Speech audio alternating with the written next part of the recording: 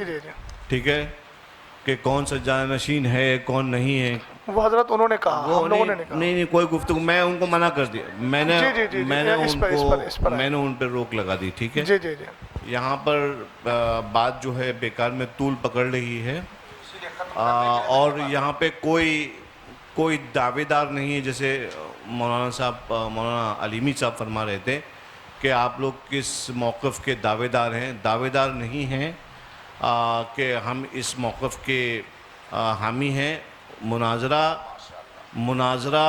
مناظرہ جو ہے وہ حق کھوجنے کے لیے ہوتا ہے نہ کہ ایک دوسرے کو نیچا دکھانے کے لیے تو سب سے پہلے میں آپ لوگوں کے بارے میں حسن ظن رکھتا ہوں کیونکہ میں آپ کو اہل سنت ہم عقیدہ ہی جانتا ہوں کہ کوئی بھی مسئلہ ہو کسی بھی طرح کا نیچا دکھانا یہ کسی کی نیت نہیں ہے جی جی ادھر والے ہوں یا ادھر والے ہوں میں آپ لوگوں کے بارے میں حسن ظن رکھتا ہوں کہ نیچا دکھانے کے لیے نہیں آئے ہیں آپ لوگ بس جو بھی حق کے بارے میں فیصلہ کرنا ہے تو وہ یہ جو بھی موقف ہم لوگ ڈیسائیڈ کریں گے اب چونکہ یہاں کی کمیٹی والوں نے خرچہ بھی کیا ہے جو بھی ہے میں ایک خادم ہونے کی حیثیت سے اور مجھے معلوم ہے کہ علماء اکرام کا بھی خیر وقت کا تو ہم واپس نہیں کر سکتے لیکن ہاں ہم سے جو بھی خدمت ہو سکتی ہے آپ لوگوں کا جو بھی خرچہ ہوا ہے میں دعوت دیتا ہوں آپ تمام حضرات کو کہ ان مواقف پر آپ تشریف لائیں خانقاہ برکاتیہ میں آج یہ چونکہ میرے سامنے چھڑے ہیں تو میں آپ لوگوں کو دعوت سخن دیتا ہوں چیلنج نہیں دیتا ہوں دعوت سخن دے رہا ہوں اس پورے پینل کو کہ آپ تشریف لائیں خانقاہ برکاتیہ وہاں پہ بیٹھ کر ایک مرتبہ ان دونوں مواقف کے سلسلے میں جیسا کہ مولانا شہزاد صاحب فرما رہے تھے جیسا کہ مولانا علیمی صاحب فرما رہے تھے بیٹھ کے مدلل طور پر جو ہے ہم لوگ گفتگو کر لیں گے انشاءاللہ تبارک و تعالی اور یہ مناظرہ جو بھی ہے جس کو آپ نام دے دیں یا مناقشہ ہے اس محادثہ ہے یہ ہو جائے گا اور کمیٹی والوں کا جو بھی ہوا ہے حساب کتاب وہ انشاءاللہ تعالی یہ فقیر برکاتی اپنی طرف سے پورا کر دے گا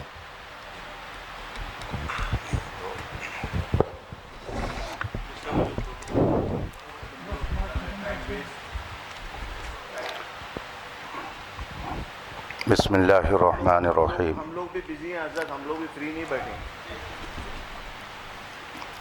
دونوں مناظرہ کمیٹی کے ذمہ دار حضرات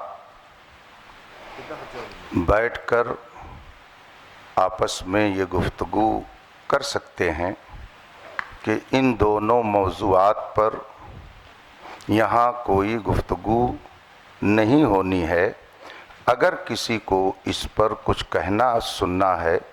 تو وہ مارحرہ مطہرہ جا سکتا ہے تو اس بات کا بھی التزام ہو جانا چاہیے کہ جن لوگوں نے یہ ماحول اور یہ انتشار یہاں پر برپا کیا اور جن کی بھی وجہ سے یہ صورتحال پیدا ہوئی وہ اپنے بارے میں سوچ لیں کہ ہم کیا کر رہے ہیں یہاں پہ شہر میں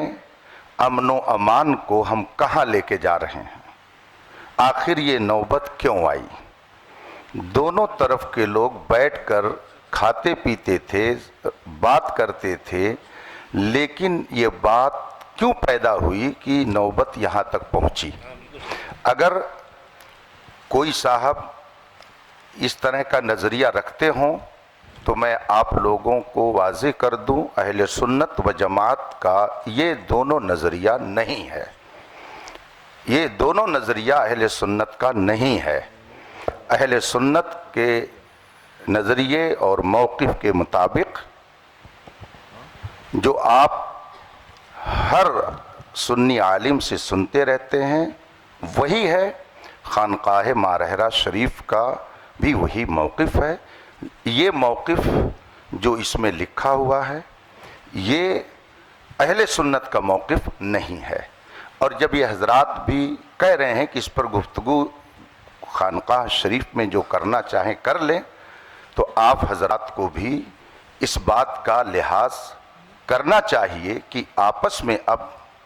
آپ لوگ اس طرح کی گفتگو کر کے انتشار نہ پیدا کریں جس کو شوق ہے جائے وہاں پر بحث کرے یہاں جس نے مسئلہ پیدا کیا وہ مجرم ہے. سب سے بڑا مجرم وہ ہے جس نے یہاں کے ماحول کو خراب کیا، ورنہ آج یہ نوبت نہیں آتی. آپ سید صاحب کی گفتگو سن رہے ہیں کہ جس کو اس سلسلے میں کچھ کہنا ہے، گفتگو کرنی ہے، دل کھول کر آئے خانقاہ میں. گویا ان کو بھی اندھیرے میں رکھا گیا. آپ فرما رہے ہیں کہ مجھے 2 روز پہلے یہ سب بتایا گیا، اس طرح سے لکھ کر کے دیا گیا. تو اب اس پہ مزید ہم اور کیا کہہ سکتے ہیں؟ بس دعا کرتے ہیں کہ اللہ تعالیٰ اہل سنت کے سچے موقف پر ہم سب کو قائم رکھے. مجھے بہت خوشی ہے مولانا علیمی صاحب نے،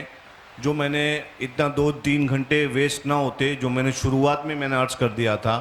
کہ ہم لوگ یہاں پر اصلاح چاہتے ہیں، دونوں پارٹیز کے درمیان بٹھا کے ان کو سمجھانا چاہتے ہیں. کیونکہ حضرت ایکچولی معاملہ کیا ہے معلوم ہے؟ معاملہ یہ ہے کہ ہمارے بزرگ ہمیشہ فرماتے تھے کہ یہ والے جو معاملات ہیں یہ خواص کے معاملات ہیں، اس میں خواص بیٹھ کے آپس میں مناقشہ کریں یا جو بھی گفتگو کرنا ہے وہ کریں، عوام کے سامنے معاملات نہیں آنا چاہیے. اور خدا گواہ ہے کہ جو شخص بھی اس معاملے کو پبلک میں لے کے آتا ہے، ہم ہمیشہ اس کی اصلاح کرتے ہیں، اگر وہ ہمارا شاگرد ہو تو، مرید ہو تو، کہ یہ معاملات پبلک کے ڈسکشن کے نہیں ہیں. ابھی جو یہاں پہ جھگڑے ہو رہے ہیں وہ صرف اس لیے ہو رہے ہیں کیونکہ عوام وہ تو سمجھتی نہیں ہے، ان کو دلائل شرعیہ